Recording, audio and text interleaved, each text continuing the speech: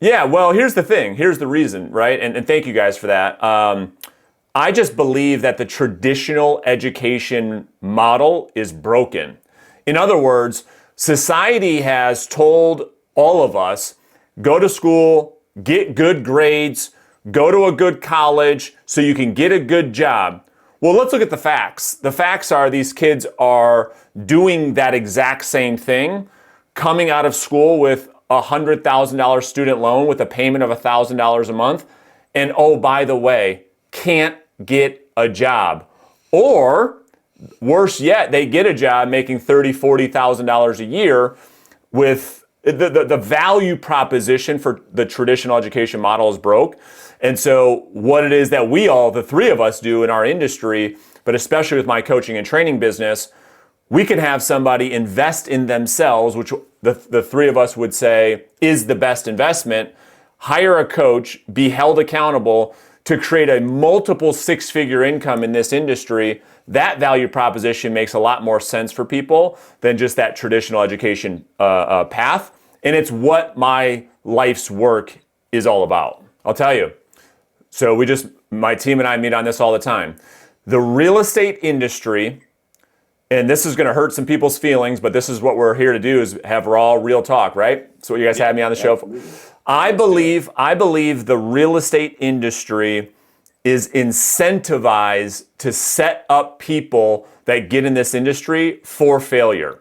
Now, everyone's like, whoa, what do you mean? Let me explain why. If you look at the economic model of an MLS and the board of realtors and most brokerages, their financial incentive is to not tell realtors the truth, is to not hold them accountable. Why? Well, because the industry, what's the draw to the industry? I want to be my own boss. I don't want to be held accountable. I don't want somebody looking over me. I do want to do what I want when I feel like doing it, when I feel like doing it, right? That's the draw to the industry. Well, watch this. It goes against the interest of these parties to hold people accountable to the goals that they've set. Why? Because if they tell them the truth, Tom, that realtor that got in this industry who wants to be their own boss, they don't want to be held accountable. Or if they knew the truth, they would leave the industry. So therefore, the MLS doesn't get paid their dues. The board doesn't get paid their dues. The brokerage doesn't get their fees. So the hell with that. Let's not tell people the truth. Let's sexify the business as much as possible so we can have millions and millions of people get in this industry, right? So we can get our revenue, our reoccurring revenue model, regardless if they succeed. So why hire a coach? A coach, somebody invests in themselves and hire a coach to confront them on the goals that they've set. Because nobody else in the industry has an incentive, Paul, to confront people on the goals that they've set. That is why people need a coach. The problem with being a self-starter, this is why I tell every single real estate agent, they either need to have a coach or be on a team like the Real Team. One of those two things has to be true, because at a brokerage, on a traditional brokerage model, when we're left on our own, here's the truth. Human beings left on our own will always, not sometimes, always take the path of least resistance. Why? Because it's science. 100%. It's science. We cannot fight it. Our bodies, our minds, our souls are meant to keep us safe. So if given the choice, we will take the path of least resistance. The value of coaching, the value of leadership is to help create the best version of yourself that otherwise you would not be able to get from yourself. So here's an example for the audience. Think about this. If someone was watching you do push-ups versus you doing push-ups on your own, which reps are better? Oh, that's right, the ones that are watching you. If someone's listening to all of your sales calls, do you think that the sales calls are better or worse if you made them at your house in your underwear? It's a no-brainer. The answer, yeah. So what do you say to the? Oh, go ahead. I'm sorry. well, last thing. I mean, so here's what we know about success, right? We talked about the opposite of how the industry sets up people for failure. Here's what we know about success. If you look at all of the people in our industry that have the highest taxable income, we can directly correlate their levels of accountability in their business. In other words, the people making the most money in our industry have the highest level of accountability, and the people failing in the industry have little to no accountability. It's a direct correlation. Well, I think the question is, how do you communicate, or how do you treat somebody who says, well, I don't need a coach? Let's unpack that first. Yeah. This is like someone saying, well, I can go start a business on my own. I can go get healthy and fit on my own. I can make a bunch of money. I can write a book. Here's the question, Paul. Everyone can. The unanswered question is will. Everyone can go succeed. Everyone can write a book. Everyone can lose weight. The question is, will you? And here's what we know. Then why haven't you? If I'm having a conversation with somebody and they're saying, well, I don't need a coach, I can go out there and succeed on my own. You're right. I agree. My only question is, why haven't you? And the only answer is accountability. That's the only answer, because no one's made me do it. That's why. We call it, so on our coaching team, we call it the 1099 curse. Because what Tom nailed it, Paul. It's the same reason that's attracting people to the real estate industry. Watch how ironic this is the same reason they fail out of real estate. So what brought me into the industry is the same thing that gets me out of the industry. There's a framework that I teach all of my coaching clients, Paul and Tom, and to Tom's point, I call it the 30-2-1 system. And if somebody will follow this, they can't help but create a multiple six-figure income, and they will be the top agent at their brokerage in less than 3 years. And here's how it works. It's 30 new conversations per day with people that want to buy or sell real estate, which will result into 2 leads that go into the database and 1 face-to-face appointment. So if they can have 30 conversations, generate 2 new leads that go into the database, which is the most neglected area of our industry, and go meet with 1 homeowner 5 days a week, 20 per month, they will be the #1 agent at their team or their brokerage in less than 3 years guaranteed. And they'll have a multiple six-figure income. All right, I'm going to melt your guys' faces off. You ready? Yeah, all right. Well, yeah, let's do it. So watch this. Watch this. This is what I think about all the time. So we talk about my passion for education in a non-traditional sense. So all I do is sit here in my office and work on concepts and frameworks. And one of the things is what you're talking about. Why don't people do what they know will get them results, right? That goes back to the value of coaching. If I could show you a model and outline exactly what to do that creates multiple six-figure earners 100% of the time, why would you go it alone? But I digress. Let's talk about what we're talking about. So watch this. So let's pretend we're all together in a living room and the temperature is set to a place where we all feel comfortable. And so when that occurs, do any 3 of us get off our rear ends and go touch the thermostat, or no? Do we just keep watching the football game? No, we're not getting up, dude. We're not getting up. I'm not getting up for anything. We're not getting up for anything until one thing occurs. Until one of us is either too hot or too cold. It's when that happens, do we get off our rear ends and go do something about it? So what does this mean? This means that people live in this world of comfort. And it's not until something happens that causes them to take action to get out of that comfort. So for most people, their standards are very, very low. So this is why you see the cycle of real estate agents, right? They'll have a great month, they'll make a bunch of money, and they won't do shit after that. And then they go way, way, way down until their bank account gets empty. And then what do? Shit, Tommy, I got to get back to work, buddy. Then they start putting in the effort again. This is people changing their own internal thermostat. This is what constantly happens in our industry because people are constantly getting hot, constantly getting cold, and without accountability daily, without a commitment to daily lead generation, they will live their entire careers like that. Yeah, 100%. So I'll give you another framework that I learned through one of my coaches, Darren Hardy. He wrote The Compound Effect.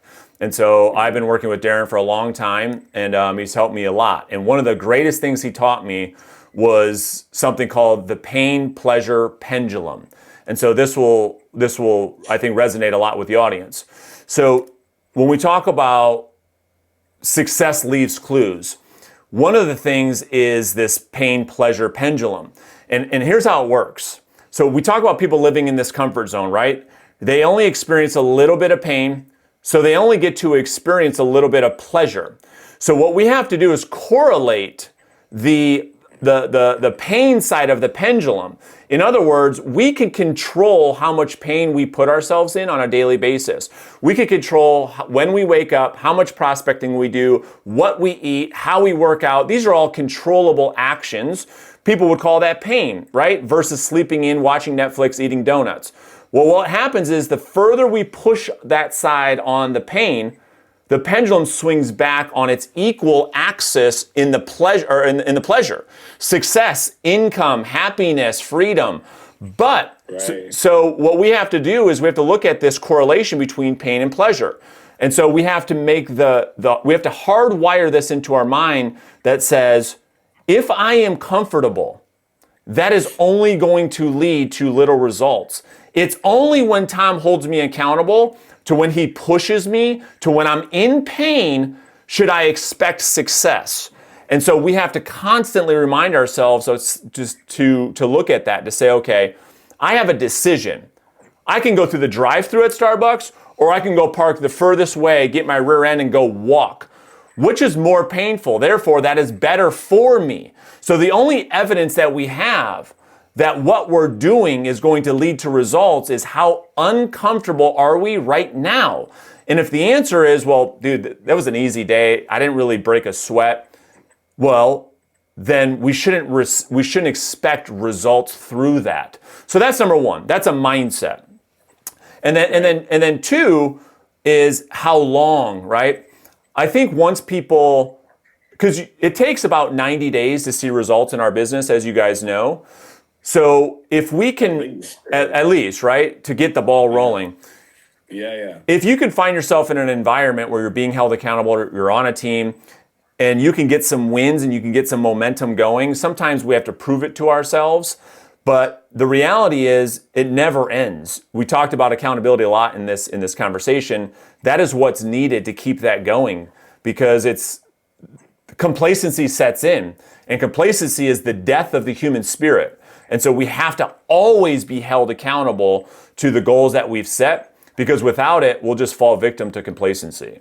Yeah. And so I'll give the audience some takeaways, right? So when I coach a team leader, when I coach a broker owner, this is a conversation we have up front, and it's called permission-based leadership.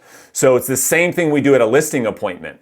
And so at a listing appointment, I'll teach an agent to ask this question of the seller. Mr. and Mrs. Seller, there's two types of agents out there. There's the agent that will tell you what they think you want to hear in hopes that you'll list their home, or there's an agent who's willing to tell you the truth, knowing they risk you not listing your home with them. And which of those to you guys sounds more appealing? Which type of agent would you rather work with? And the seller says every time, without a shadow of a doubt, I want the one who's going to shoot me straight. They're never going to tell you, yeah, I just want you to bullshit me, Brandon. I just want you to lie to me. Okay, same thing in leadership. Watch this. Paul, you're a new team member on my team. I say, Paul, there's two ways we can go about this. You have high goals. That's why we're having this conversation. And there are things that you want to accomplish in your life that I assume matter. Am I right? You say yes. You say, okay, cool. There's two ways I can serve you at the highest level. There's one where I can just make things comfortable, not confront you, bullshit you just to make you happy so that you end up staying on my team longer. Or I can constantly confront you on the goals that you say are important. I can hold you accountable even when I don't want to, because it's uncomfortable for me. And this is what I believe is the best way to serve you. Now, Paul, the decision is yours. What would you prefer I do? And what do you think the team member says every time? No, Paul, no, Brandon, I'd rather you just bullshit me, tell me lies, don't hold me accountable. No. Right. They say, Paul, they say, Brandon, hold me accountable. This is what I told my spouse and my kids I'm going to accomplish. I need you to hold me accountable. And then watch this, Paul. I say, are you sure?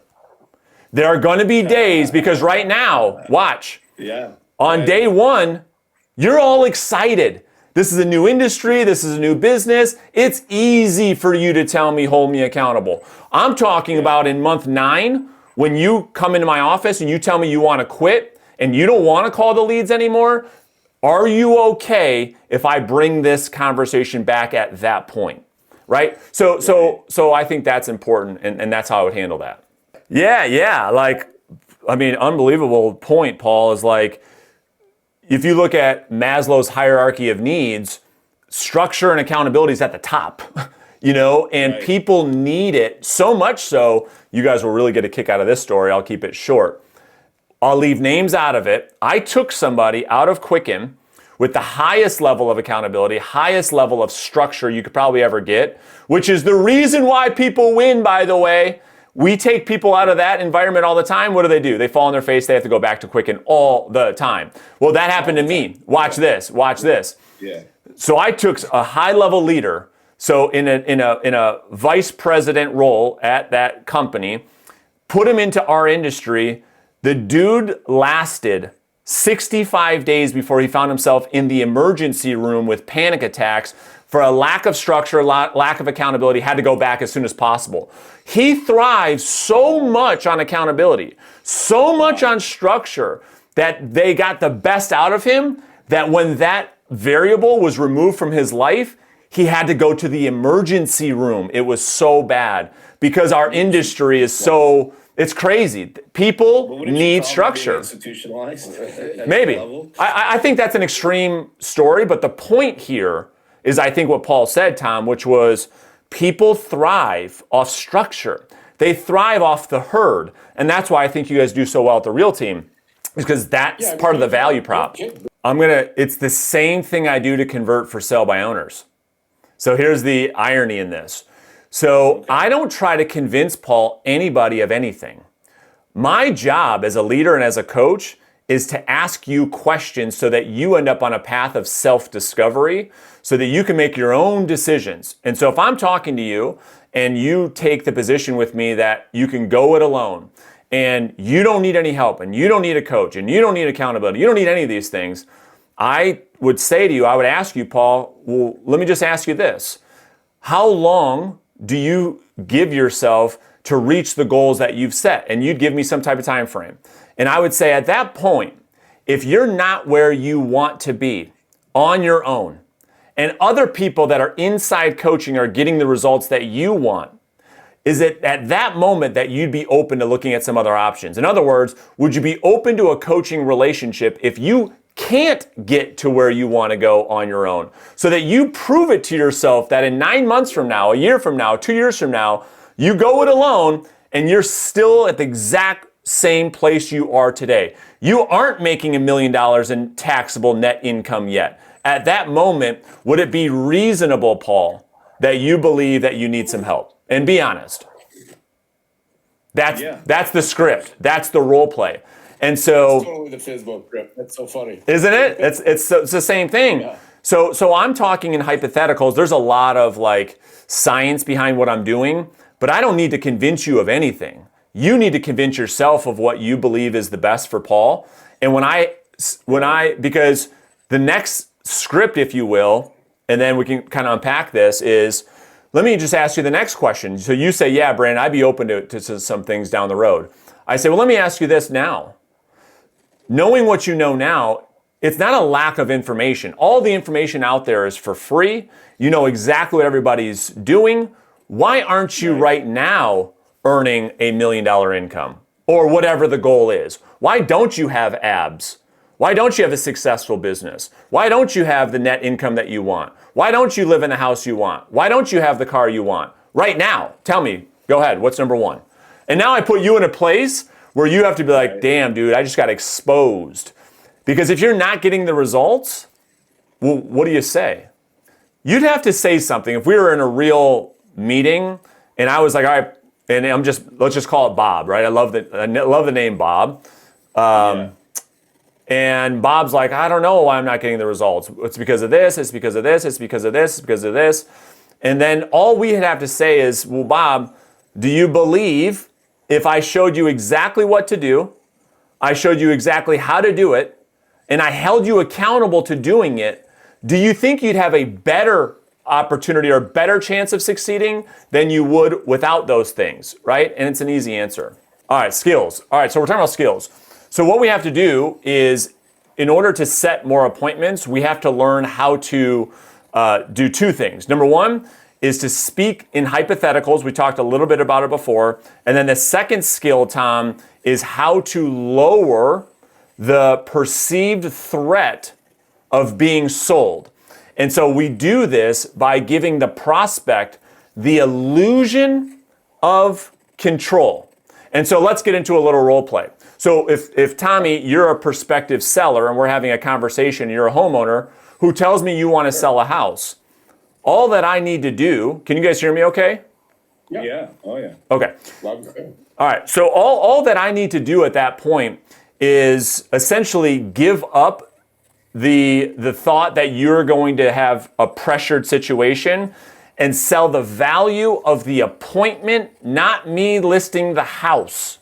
So that's a key thing, right? So why would you want to meet with me? And so here's what I'd say. Everybody loves the scripts. Brandon, what are the words? What are the words?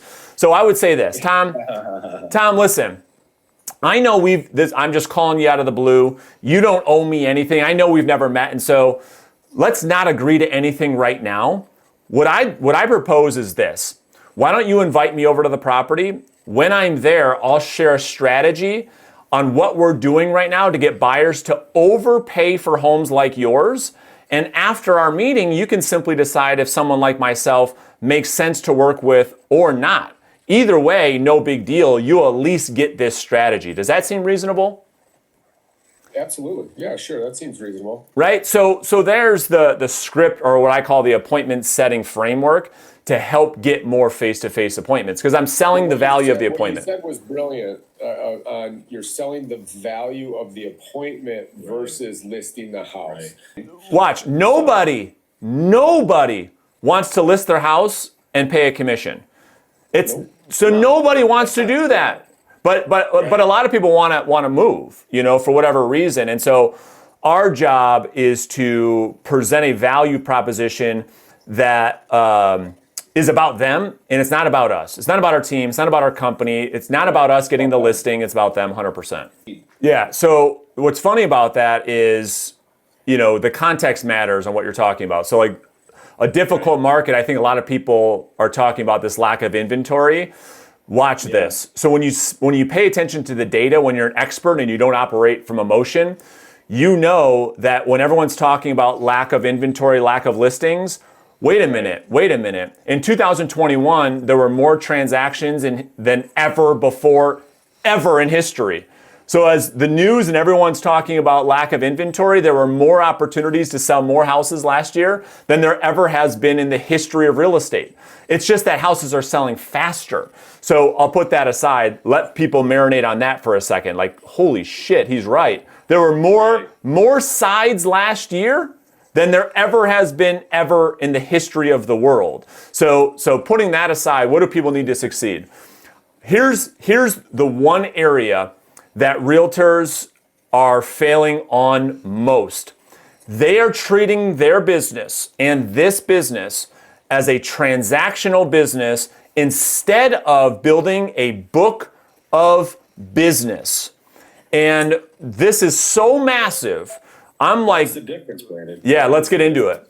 I mean, Yeah, what is the difference? this is my biggest passion right now, is helping real estate agents treat their business more like a financial planner or a mortgage banker, where you can build a book of clients and take care of those clients. So watch this, Paul. If I said to a real estate agent, all right, Bob, you cannot market your business, you cannot prospect for new clients, and you cannot buy leads. The only way you can grow your business is by word of mouth with this one client. Would your business grow? In other words, how you treated this one client would determine your success or failure. And so when a realtor thinks about their business through this context, well, now they start to think about, okay, how do I create an experience that is so impactful that this client turns me on to more people? And you look at your client base more like a financial planner. And here's what they do. Money managers, they build these clienteles. In 10 years, if you're a money manager, like at a Merrill Lynch or things of that nature, you don't need any more clients. You're just managing the book of business. And so like from a tactical standpoint, we can really get into a lot of the client retention model that I teach and coach to. But it's like, how do I build a database? How do I communicate with that database? And how do I serve that database on a consistent basis so that I can get more repeat and referral business? Because here's what I know. What I know is that most people in this industry are obsessed with lead generation. Like, where do I get the next lead, the next deal, the next deal? And we're all neglecting the foundation of our business, which is the database. Nobody is spending time on that the way they should be. Like, the goal of this industry is to build a book of business so that in 10, 15 years, you don't ever have to call a FSBO again. You're not calling expired listings. You're not sitting in open houses. But we don't see that, do we? Do we, guys? We see agents 15 years in the game still having to grind and buy Zillow leads because they've neglected the most important part of their business. They're still having to call and grind FSBOs because they've neglected the most important part of their business. And so as leaders in the industry, at least from my perspective, this is my main focus with the realtors in this industry, is like, don't make the biggest mistake that I made, which is like the turn and burn model. And I just posted a video on my YouTube channel today about this. Don't turn and burn, because you're gonna wake up 5 years from now saying, oh my gosh, I still gotta call FSBOs. You don't have to. So there's 8 things. Number 1, I'm gonna have the realtor start their own Facebook group. This is a Facebook group for a real estate community. Every friend, family, past client, center of influence, everybody in my database is going to be in the Facebook group. Okay, that's number 1. Number 2, I'm then going to do a weekly Facebook Live show similar to this. And so the realtor is going to talk about real estate specific content. They're going to interview their referral partners, talk about the market, tips, strategies on how to navigate this real estate market. They're going to go live inside their Facebook group once a week and their public page, growing their Facebook audience. Number 3, they're then going to send a video weekly email to their entire database with the content that they just shot for their weekly Facebook Live. Number 4, they're going to farm their database. They're going to send a piece of direct mail every 30 days to everybody in the database. We call it the Real Estate Digest. So we're unpacking the market. We're telling a personalized story. We're highlighting one of our referral partners. We're talking about tips, strategies on navigating the real estate market. Number 5, a quarterly call. But Brandon, what do I say? Every 90 days, you're going to call everyone in your database and invite them to a quarterly live event. Every 90 days, realtors should be having an in-person live event, okay? Our event schedule is very simple. In the winter, we do pictures with Santa. In the spring, we go to a Tigers game. In the summer, we have a barbecue kickball tournament.